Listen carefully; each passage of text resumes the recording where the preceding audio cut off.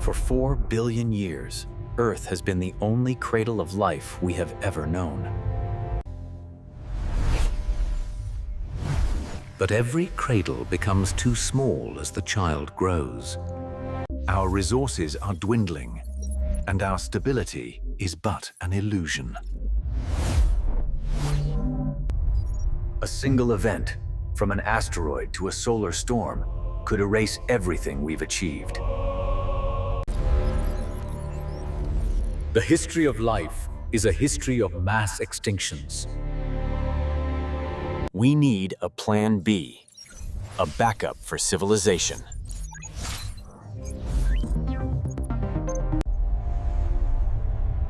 And humanity's gaze has settled on a bright red spark in the night sky. The Red Planet.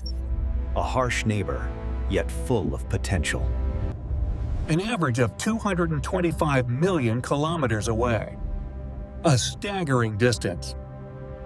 To cross it, we don't measure in kilometers, but in months.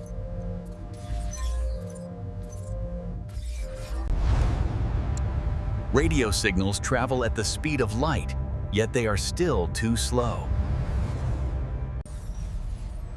At the furthest point, you must wait 44 minutes for a single answer. Here, solitude is absolute. There is no rescue force coming from Earth. The slightest mathematical error will lead you into the eternal void.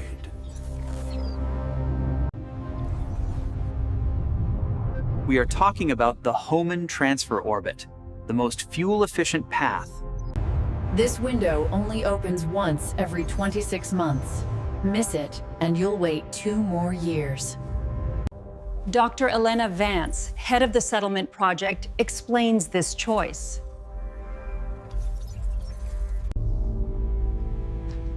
Mars isn't the best planet, but it's the most feasible one. It has a day-night cycle of 24 hours and 39 minutes, almost identical to ours. Most importantly, it has water. Vast amounts of water in the form of ice. Water is the key. From it, we get oxygen to breathe and hydrogen for fuel. We cannot bring everything from Earth. We must live off the land. But the atmosphere is a death trap. 95% is carbon dioxide. The pressure is so low that your blood would boil without a pressurized suit.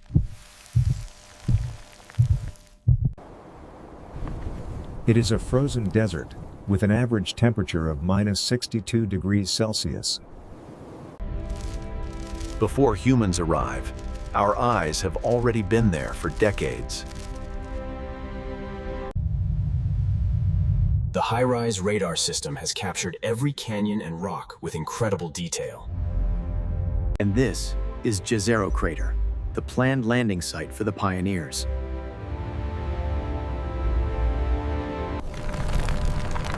On the ground, the Perseverance rover continues its tireless search for samples. Each rock sample is a page of history about the planet's wet past. The MOXIE device has proven we can generate oxygen directly from the Martian air. These small successes are the foundation of a future empire. But to bring millions of people here, we need something much larger.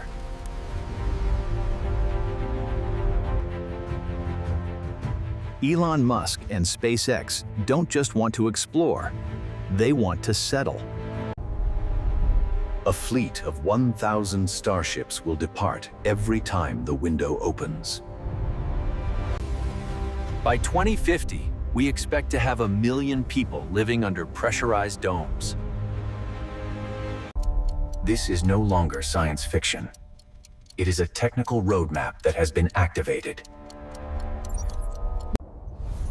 Humanity's greatest journey begins here. Mars, Red Dawn. To reach Mars, we needed a vessel unlike anything ever built. Enter Starship. Standing at 120 meters tall, it is the largest and most powerful rocket in human history. The hull is built from 304L stainless steel, chosen for its strength at cryogenic temperatures. Unlike carbon fiber, steel is cheap, durable, and handles the intense heat of re-entry. The stack consists of two stages, the Super Heavy booster and the Starship spacecraft. Together, they generate a mind-blowing 74.4 million newtons of thrust. That's more than double the power of the Saturn V that took us to the moon. But power is nothing without efficiency, and that starts with the fuel. Methalox, a combination of liquid methane and liquid oxygen. Chosen because methane can be manufactured on Mars using the Sabatier reaction. At the base of the booster sit 33 Raptor engines, a masterpiece of engineering. Raptor uses a full-flow staged combustion cycle, the holy grail of rocket engines. Every drop of propellant is turned into gas before it enters the combustion chamber. The result is a blue, diamond-shaped flame, indicating near-perfect combustion. Each engine produces 280 tons of thrust, pushing the limits of metallurgy. SpaceX is churning these out at a rate of 1 engine per day. This mass production is key to building the fleet of 1,000 ships. Starship's payload capacity is equally revolutionary, 100 to 150 tons to LEO. That's enough space to carry entire habitats, or 100 people at once. In a single launch, Starship carries more mass than the entire space shuttle fleet combined. But to reach Mars, the ship must be refilled in orbit.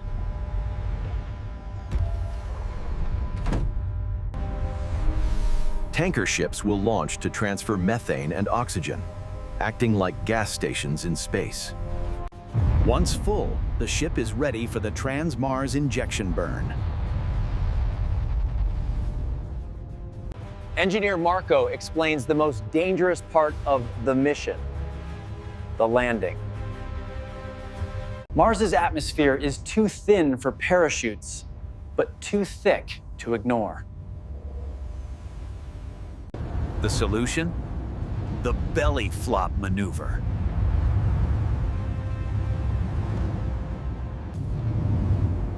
We use the entire body of the ship like a giant wing to create drag.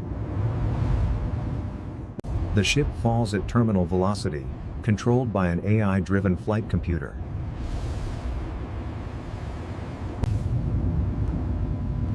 At the last second, we perform the flip-to-landing burn. The Raptor engines gimbal rapidly to bring the ship upright.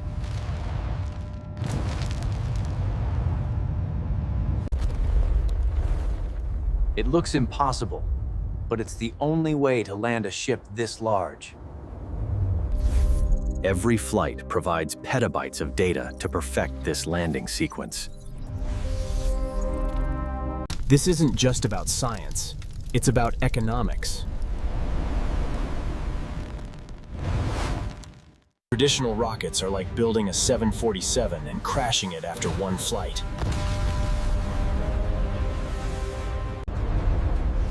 Starship is designed to be fully reusable, flying again in just hours. This drops the cost per launch from billions to an estimated $2 to $10 million.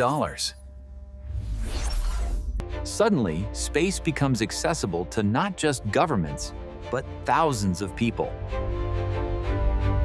Starbase, Texas, the factory of the future, where ships are born. This is an assembly line for rockets, unlike the sterile labs of the past. They build, they test, they fail, and they learn. Fail fast to succeed faster! This is the SpaceX way. The gateway to the Red Planet is no longer a dream. It is made of steel and fire. A fleet of ships ready to transform us into a multi-planetary species. Once the engines cut out after the Trans-Mars injection, the real test begins. Silence. For the next 7 months, this steel hull is the only thing between you and the vacuum. The ship follows a silent, elliptical path across the solar system. Inside, the massive volume of Starship allows for something never seen before: space to live. Astronauts spend their days in a state of constant freefall, moving in 3 dimensions. But zero gravity is a thief. It steals your strength and dissolves your bones. Muscle atrophy begins within days if the crew doesn't fight back. Every drop of sweat and every breath of air must be recycled with 99% efficiency. Beyond the Earth's magnetic shield, the sun becomes an unpredictable enemy. Solar particles and galactic cosmic rays are constant, invisible bullets. The ship's water tanks are strategically placed to act as a biological shield. During a solar storm, the crew must retreat to the storm shelter in the ship's core. A single major flare could deliver a year's worth of radiation in hours. The African-American female biomedical officer monitors the genetic health of every passenger in real time. Protecting the brain and vital organs is the highest priority for the mission. We are learning to live in a radiation environment that Earth was never meant for. Then there is the psychological toll. The Earth out of view phenomenon. For the first time in history, humans are untethered from their home world. The isolation is profound. Only social circles. Your only social circle is the same 100 people. AI systems like ARES monitor voice patterns for signs of depression or fatigue. Virtual reality is used to simulate the sights and sounds of a green, living Earth. But eventually, the focus shifts. A new world begins to grow in the front window. The void is behind them. The challenge of the Red Planet lies ahead. Arrival. 7 months of drifting end in a few minutes of absolute violence. At 7.5 kilometers per second, the ship hits the thin air like a brick wall. The heat shield, made of thousands of hexagonal ceramic tiles, is now the only hope. The friction is so intense, it creates an ionization blackout. Silence from Earth. Inside, the crew feels the weight of 5Gs pressing them into their seats. Mars' atmosphere is 95% carbon dioxide. Thin, but enough to burn if you're too fast. The ship's AI is making thousands of micro adjustments to the entry angle. The ceramic tiles are designed to dissipate heat that would melt any other metal. One cracked tile could mean catastrophic failure. The margin for error is 0. The velocity begins to drop, but the ground is approaching at a terrifying speed. Now, the ship performs a maneuver never before attempted in deep space, the belly flop. 4 independent flaps act like the limbs of a bird, controlling the descent. We are using the entire body of the ship to create drag in the thin air. This is aerobraking at its most extreme. No fuel is used, only physics.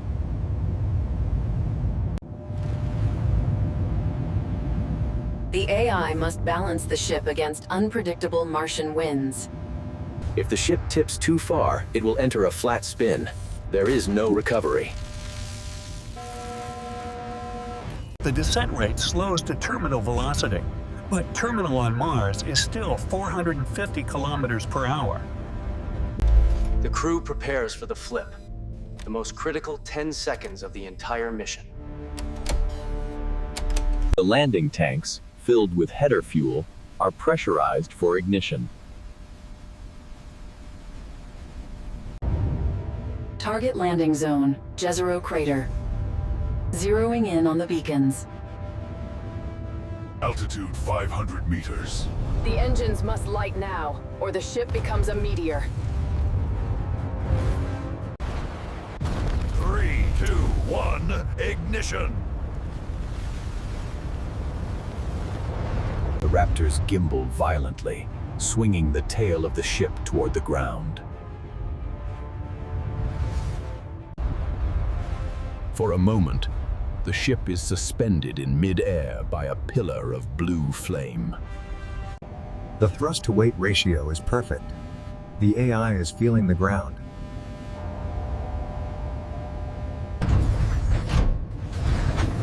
Landing legs deploy. Steel pistons locking into place. The exhaust kicks up a massive cloud of Martian dust, blinding the cameras. Final descent rate, 2 meters per second. 1 meter.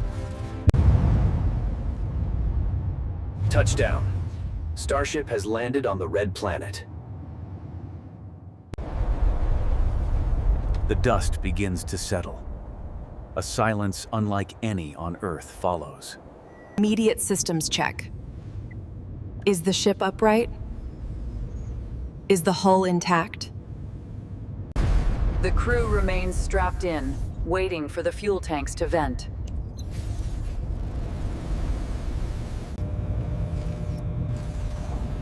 Life support shifts from ship power to internal battery reserves.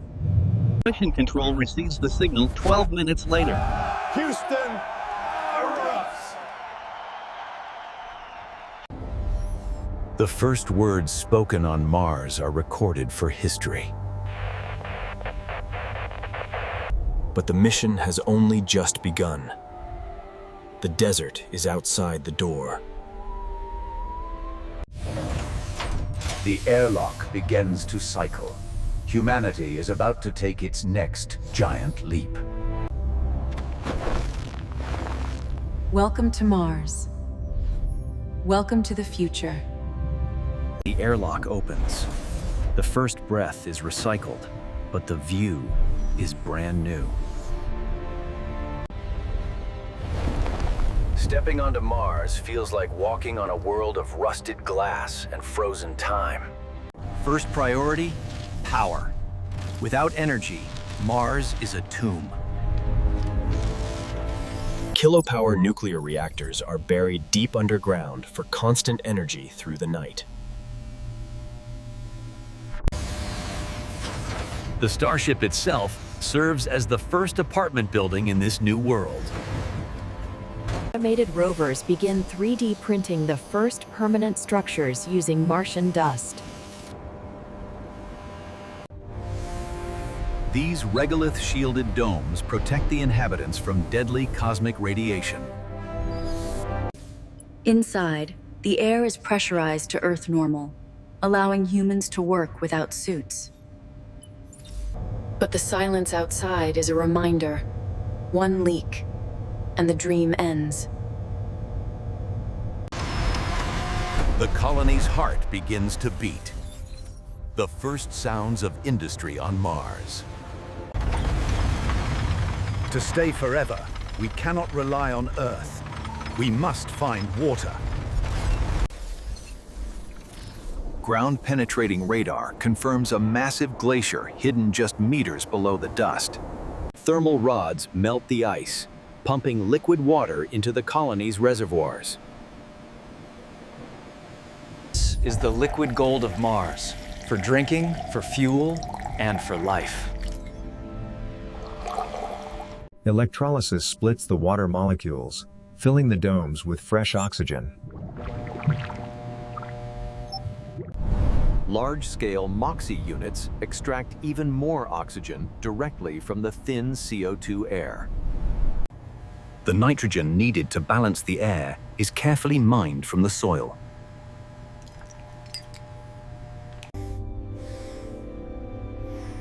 Every breath is a miracle of engineering. Food is the next frontier. We are becoming Martian farmers. Martian soil is toxic, full of perchlorates that must be washed away. Hydroponics and aeroponics allow plants to grow faster than on Earth. The first potato sprout in Martian soil is a victory for the entire species. We are building a closed-loop ecosystem where nothing is wasted. The smell of wet earth and growing plants is the best therapy for the crew. But the red planet is restless. A dust storm is brewing on the horizon. On Mars, a storm can last for months, blotting out the sun. The colony retreats into the bunkers. Survival mode activated. We are guests on this world, and Mars never lets us forget it. Weeks later, the dust clears. The colony is still standing.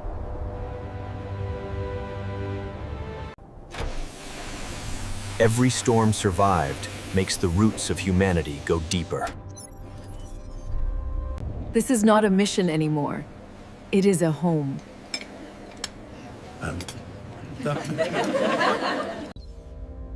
A new culture is forming, Martian-born, with its own traditions and laws.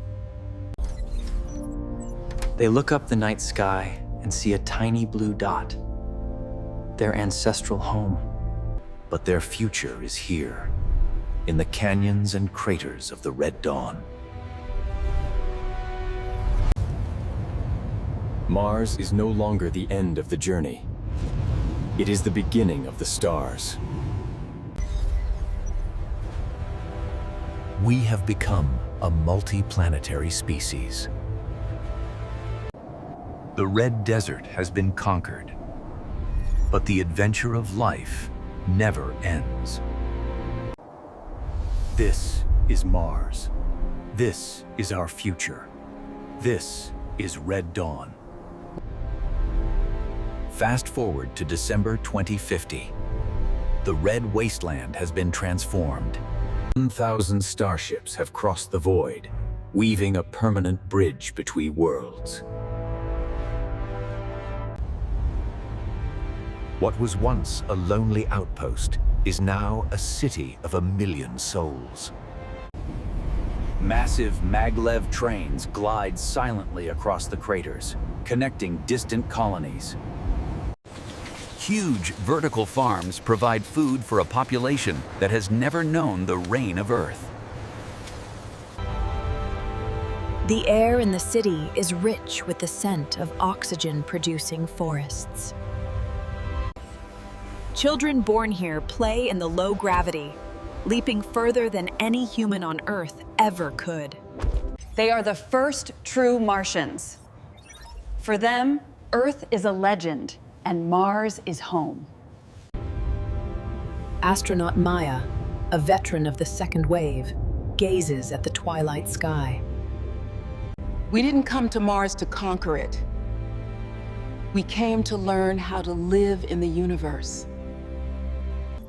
On Earth, we were divided by borders. Here, we are united by the air we share.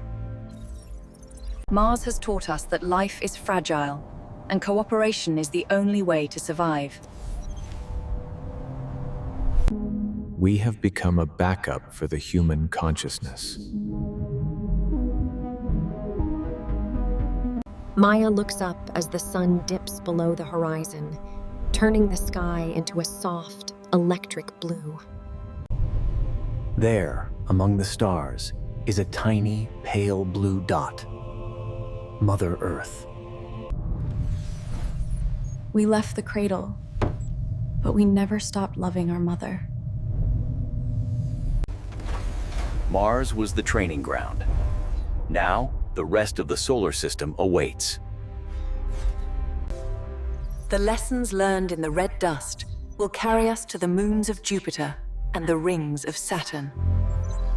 Humanity is no longer a single planet species. We are the explorers of the dark. The Red Dawn has passed.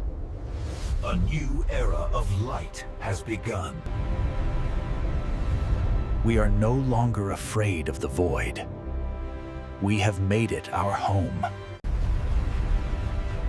The journey that started at a small launch pad in Texas has reached the stars. This is the story of us. This is the Red Dawn.